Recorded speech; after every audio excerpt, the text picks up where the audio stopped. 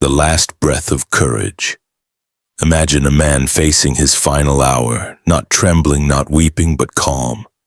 The world fades, the noise of life dims, and what remains is silence and acceptance. He does not beg for more time. He does not curse the gods. He simply breathes and lets go. This was how the Stoics faced death, not as an enemy, but as a teacher. For them, death was not the end, but the final test of wisdom, the measure of whether one has truly lived in accordance with nature, reason, and virtue. Today we explore what it means to face death without fear, and how this ancient philosophy can bring peace even in the face of the inevitable. Setting the stage. A world obsessed with death. In ancient Rome, death was everywhere. The cries of battle, the plague in the streets, the executions in the arena. Mortality was not hidden behind hospital curtains or screens. It was public, it was brutal, and it was constant. Yet even surrounded by so much death, most people feared it deeply. They built temples for eternal youth, prayed to the gods for longer life, and chased pleasure as if they could outpace mortality. But amidst this fear and frenzy stood a small group of philosophers who saw things differently. They called themselves Stoics, and they believed that to live well, one must learn to die well. They did not escape death. They prepared for it. They meditated on it. They practiced meeting it in their minds long before their bodies ever would. To them, death was not a curse, but a constant reminder of life's value. The Stoic philosophy. Death as nature's law.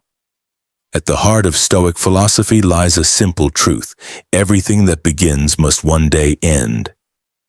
Marcus Aurelius wrote in Meditations, "You could leave life right now." Let that determine what you do and say and think.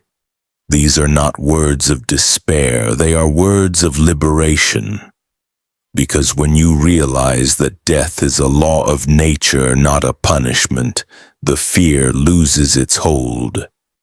The Stoics believed that death is neither good nor bad. It is simply part of the cycle of existence, the same way that night follows day and winter follows summer. To fight it is to fight the universe itself. Seneca wrote, "We are dying every day. Each day a little of our life is taken from us." The final hour when we cease to exist does not bring death. It merely completes it. To the Stoic, every breath is both life and death, creation and dissolution happening at once. Therefore, death should not shock us, it should humble us. It reminds us that our time is borrowed, not owned, and that what matters most is how we use it. Epictetus, the freed slave who became a great teacher, told his students, "Do not fear death, but fear never beginning to live." And therein lies the Stoic paradox.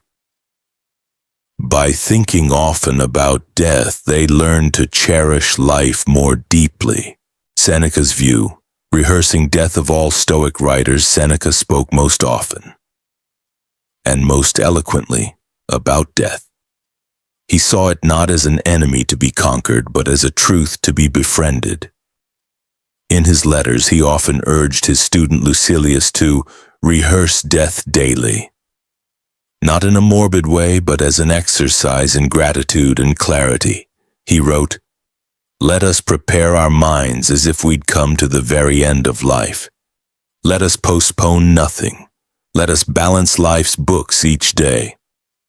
The one who puts the finishing touches on their life each day is never short of time." To Seneca, death was not the opposite of life. It was part of it.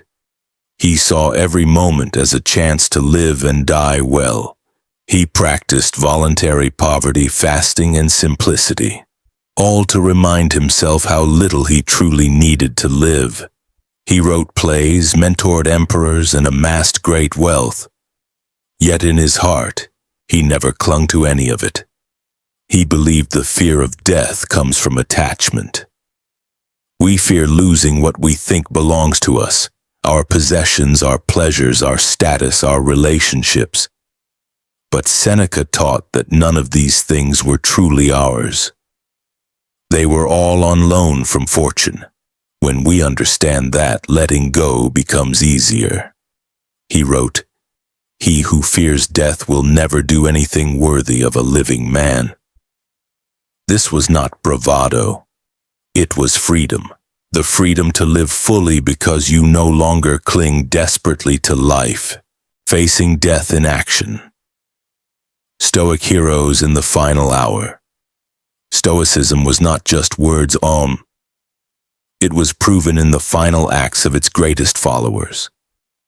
Consider Cato the Younger, the man who stood against tyranny. When Julius Caesar seized power and destroyed the Roman Republic, Cato chose death over submission. He read Plato's Phaedo, a dialogue on the soul's immortality, then calmly took his own life. His final act was not despair, it was principle. He believed that virtue and freedom were worth more than breath itself. To the Stoics, such courage was not madness but mastery. Mastery over fear. Then there was Socrates, often considered the spiritual father of Stoicism.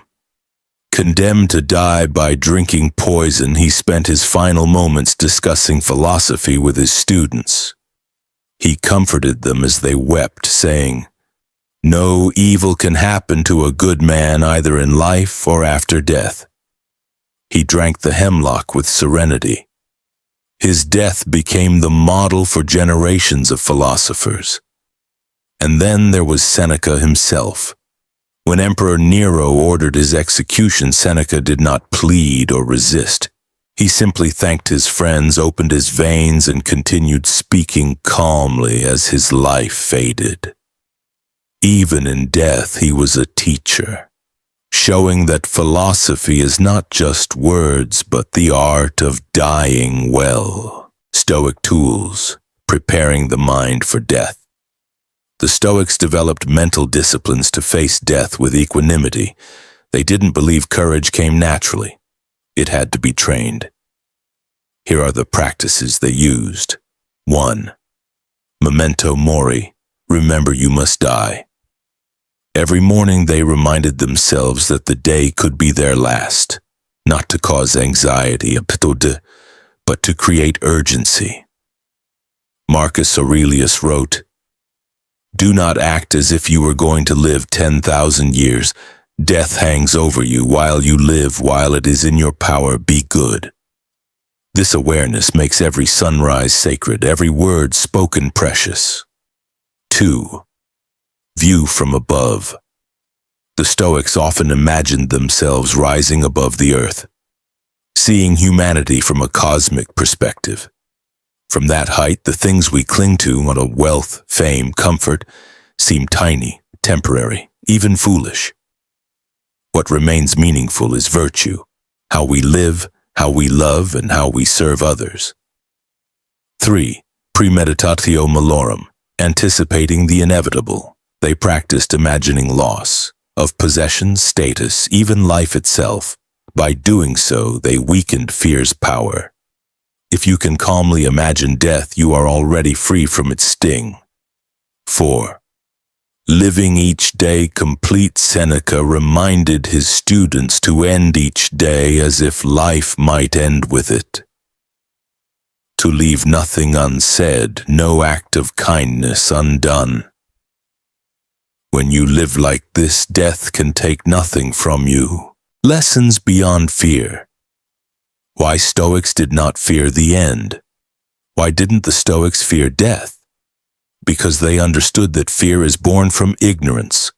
We fear what we do not understand, and death, being unknown, becomes the greatest shadow. But Stoics used reason to pierce that shadow. They believed that what dies returns to nature, and nature wastes nothing.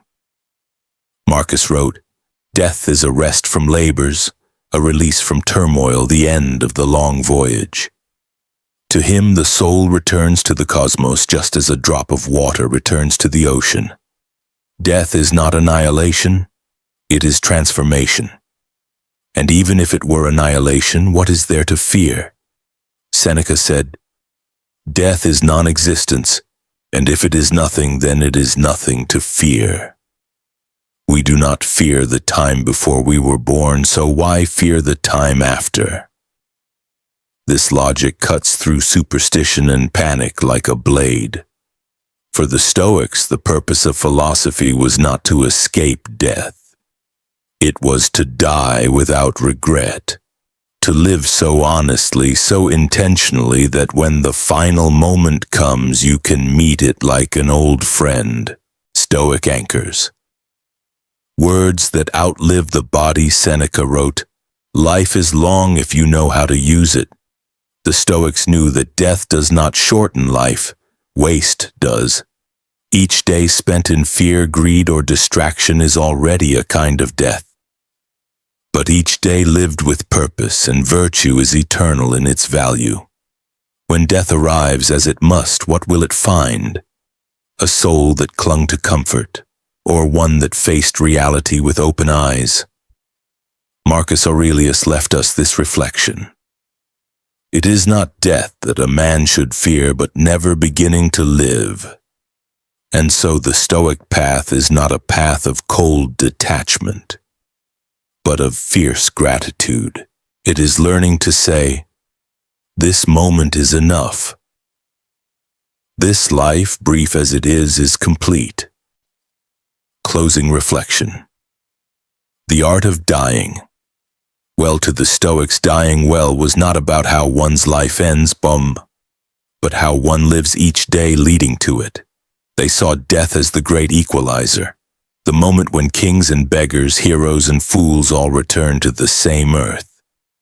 It erases status, pride, and illusion, leaving only the truth of character. And if you have lived with virtue, then you have nothing to fear. Because the end of the body is not the end of what matters most. So the next time fear of death creeps in, pause, breathe. Remember, it is not death you fear, but the thought of not having lived fully. Practice gratitude. Live simply. Speak truth. Let each sunrise be your first and your last. As Seneca reminds us, he who has learned how to die has unlearned how to be a slave. In the stillness between each breath, death whispers, not as an enemy, but as a guide. It tells you, be present, be brave, be free. And when your final hour arrives, may you meet it, not with trembling, but with the calm of one who has already lived.